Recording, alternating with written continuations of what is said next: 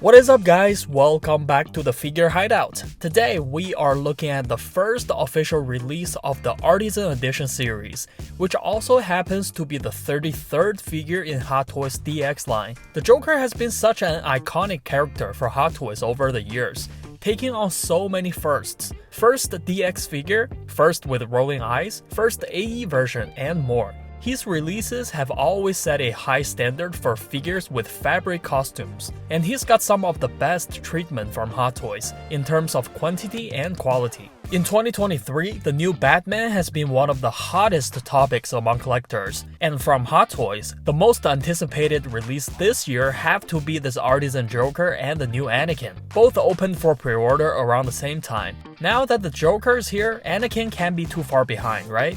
Along with the Artisan Edition, I also have the DX33's head with sculpted hair, so no matter which version you got or planning to buy, I'll be covering both in this review. I will share some buying suggestions at the end of the video, hopefully that can give you some ideas on how to choose between these two.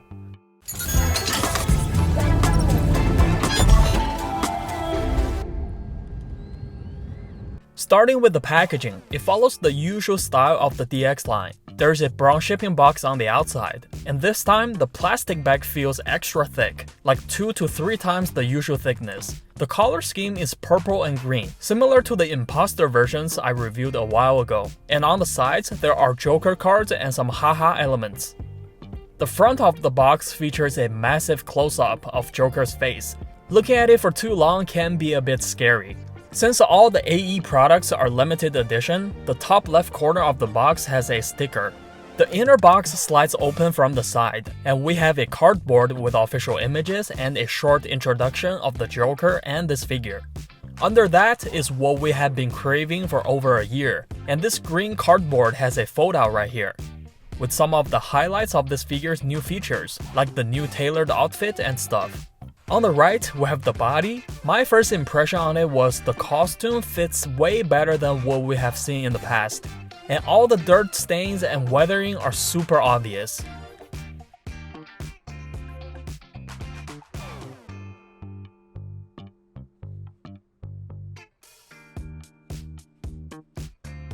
On the left, you will find some hands, the head sculpt, some cash, playing cards, and small tools for the figure. Below that are the weapons and the base.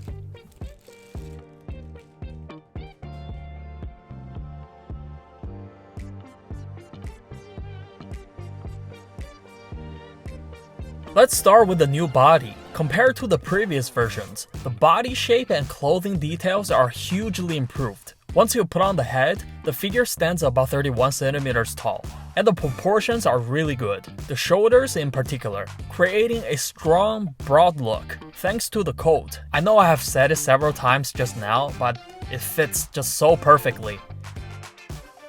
Although there's many layers of clothes, the arms can still touch the torso with a real natural appearance. Hot Toys highlighted the upgrades on the outfit in several photos, focusing on materials and screen accuracy. Let's check them out one by one, starting with the outer layer. The purple coat is made of a soft velvet-like material. It's soft, but not as much as the DX11's. It's thinner and it fits closer to the body, with a slightly darker tone too.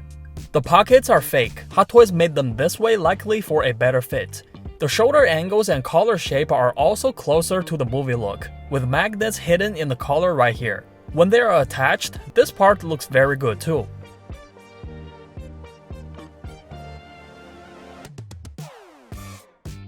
For wear and tear, the cuffs and many other spots have a nice faded, dirty effect. It's pretty much like how his coat looks like in the film.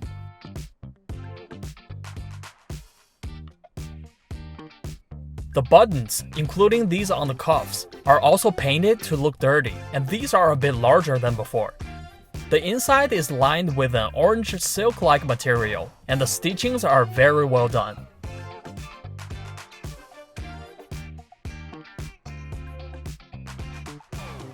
The section for the grenades is pretty complex, with a metal hook, 5 straps, plastic buckles, and some colorful threads.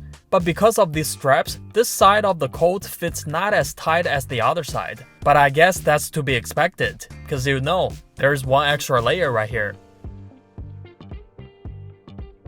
The blazer is well crafted as well. It's made from a slightly stiffer fabric for a smooth look. There's not much wrinkles, especially when the purple jacket is on the outside. You don't see any wrinkles on the parts that are showing.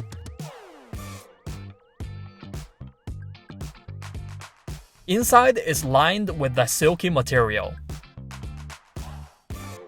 When taking off the clothes, be really careful, especially at the shoulders. Make sure you do it like you're peeling it little by little. Otherwise, the silk lining could be ripped off. The green vest and the shirt for the interrogation look are made from a similar material as the blazer, with a fitted collar and clean surface. The patterns of the shirt and missing button details are nicely recreated. There are wires inside right here, so you can shape them for a better look.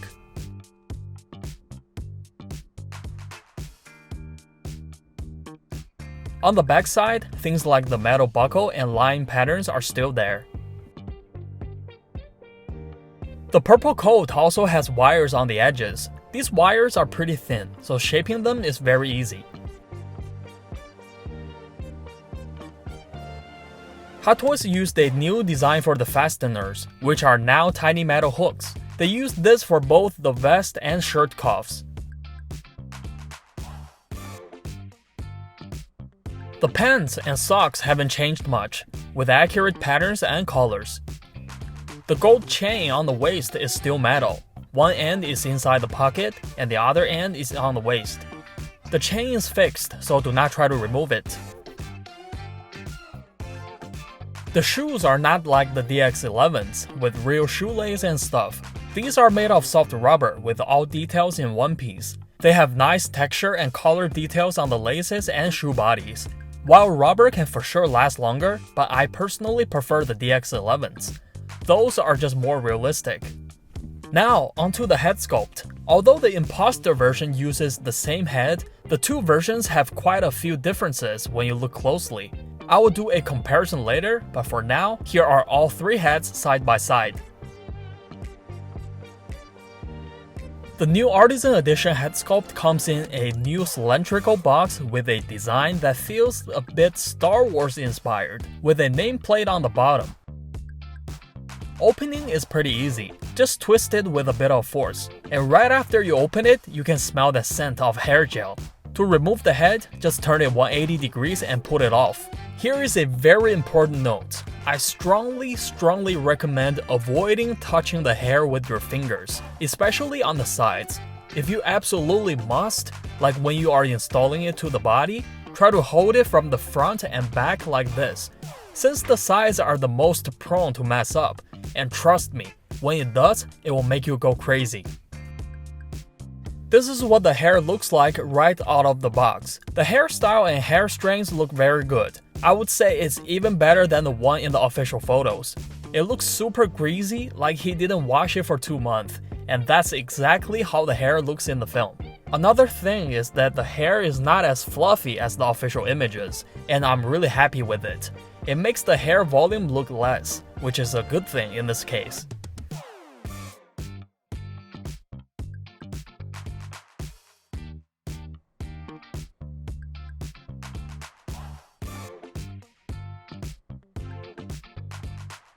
The final hair color is a darker green with hints of yellow and brown.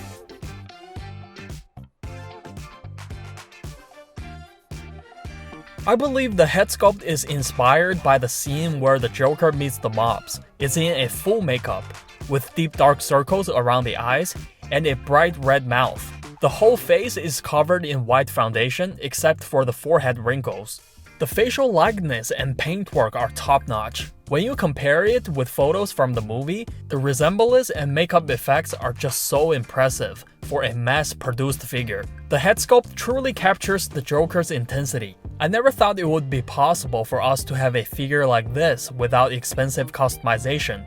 To do the rolling eyes, you need to remove the hairpiece at the back like the imposter version.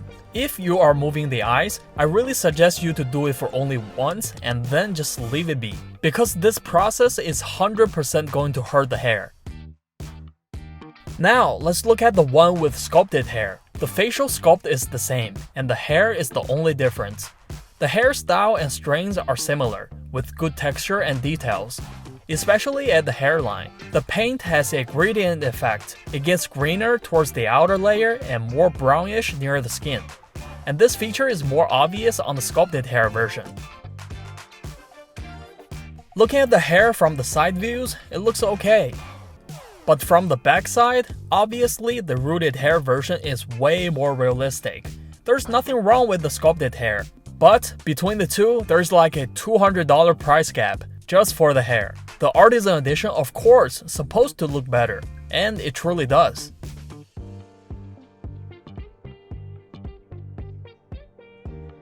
Moving the eyes on this one is much easier. Just pop off the back piece and do whatever you want. You can also see it right here. Hot Toys actually made a lot of separate pieces for the hair. One really unique feature of this Joker is the teeth can also be swapped out. Unlike the magnetic tongue that we have seen from the Peacemaker, this one requires plugging from the back of the head. Just remove the hair piece and then you can pull this white piece out. The teeth are finely detailed, from the front teeth all the way to the wisdom teeth, and there are black paint in between for the depth. The overall color is slightly dark yellow with a glossy finish. It looks just so good.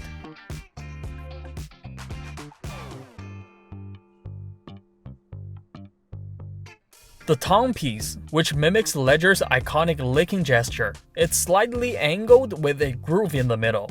You can push this in pretty easily, and it has some flexibility in positioning. This is what it looks like when it's all the way out, or you can push it back a little bit to make it look more natural.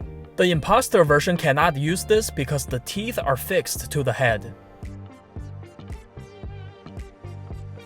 Attaching the head sculpts can be a bit tricky, especially for those who bought the rooted hair version.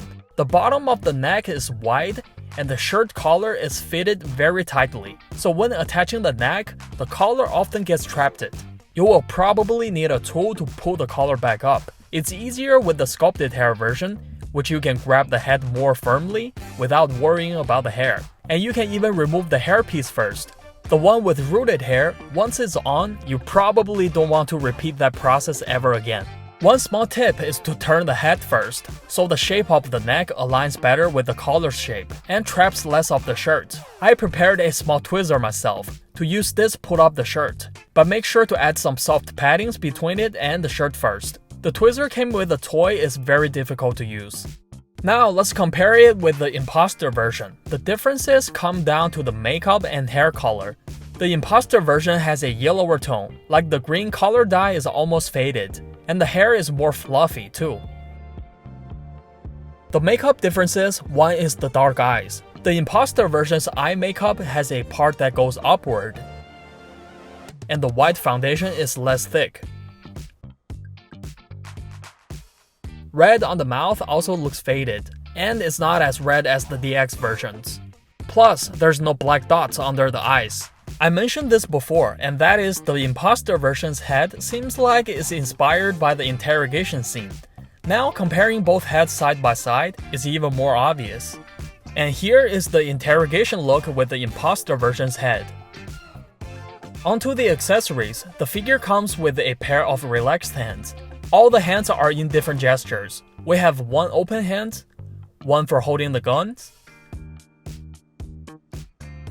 one pointing hand, and this, I don't know what to call it, but it looks interesting in some way.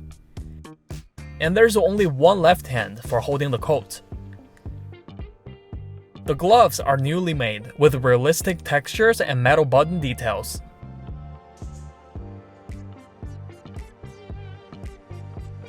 He also comes with 3 stacks of bills, each with around 100 printed on both sides. And they have even put a graffiti face on George Washington. The playing cards are the same to those from the Imposter version, 15 in total, and the print quality is pretty solid.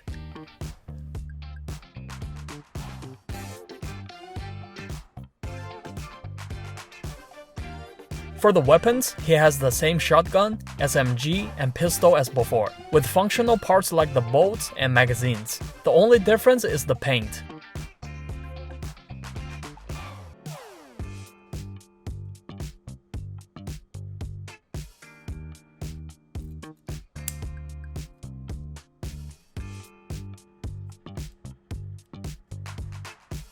The knives include two new ones, a steak knife and a pillar. The steak knife is sharp, but it's soft, with blood effects on the handle.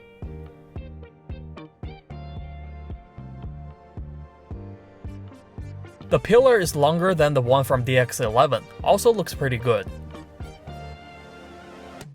This knife has a clip at the back. The blade can move up and down. And the butterfly knife is fully functional with 3 separate sections. They even made a little safe at the bottom.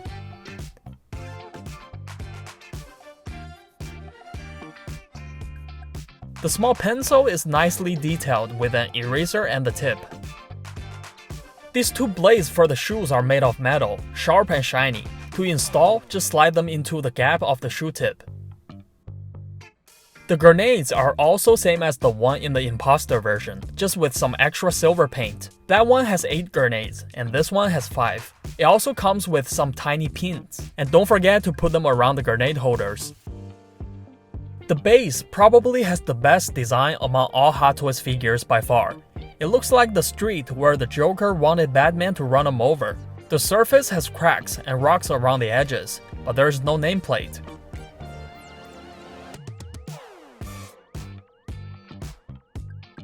This base is not too heavy, about 190 grams. Those in hexagon shape is about 70 grams. These 3 little rocks on the base can be removed to reveal slots underneath. The first option is to use the stand, a clear waist gripping one, and with 3 positioning slots, giving you enough flexibility in choosing where to place the figure. If you want to keep the stand less visible, there's another option, a small foot peg. The soles of the figure's shoes have insert holes that connect with this peg, which you then fix into one of the base holes. The setup is quite stable. As the figure's ankle joints are tight, there's very little risk of it falling over. Hot Toys didn't include a magnetic base for this release, but it works pretty good I think. The first magnetic base in the AE series will be the Black Widow. Another feature of this base is the lighting. It requires a cable too, and the switch is hidden as a piece of the ground. 1 press lights up the bat symbol. 2 presses activate a pulsing effect. And a 3rd press will turn it off. The warm glow gives the bat symbol a gemstone-like look. As for articulation, the head moves with standard flexibility. Sculpted hair version will be less flexible because the hair is solid.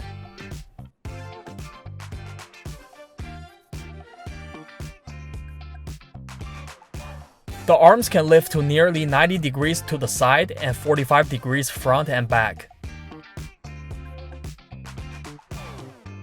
Elbows can bend beyond 90 degrees. The torso's movement is limited by the layered clothing, so forward, backward, and side bends are limited. The legs kick forward and to the side up to 70 degrees, with limited backward movement. The knees can bend beyond 90 degrees as well. The ankles are very flexible. You can move them in all directions with big ranges.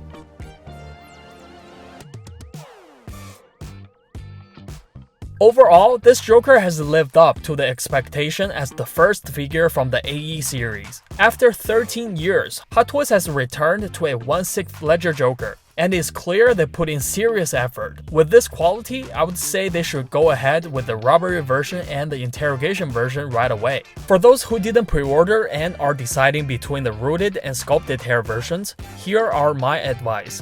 If you prefer a more hands-off, troubleless figure, the sculpted hair version will suit you just fine. However, if you are after that extra realism and refined look, the rooted hair version stands out, and the sculpted hair is no match with it in terms of that. But just remember that it requires a bit more care and patience to keep it in ideal condition. There is a solid $200 price gap between the two versions, which isn't a small amount. So consider your preference and budget to make the decision that's right for you. The Dark Knight line is having a great refresh, with this Joker and the Bane 2.0 setting the bar real high. Now, I'm eagerly waiting for the new Anakin and the upgraded armory version of the Batman. With the end of the year coming up, let's hope they will be released just in no time. Alright, there you have it, DX33 Artisan Edition of the Joker, made by Hot Toys. I hope you all have enjoyed the video. If you did, please like and subscribe. Remember, play with a style. I'll see you guys in the next one.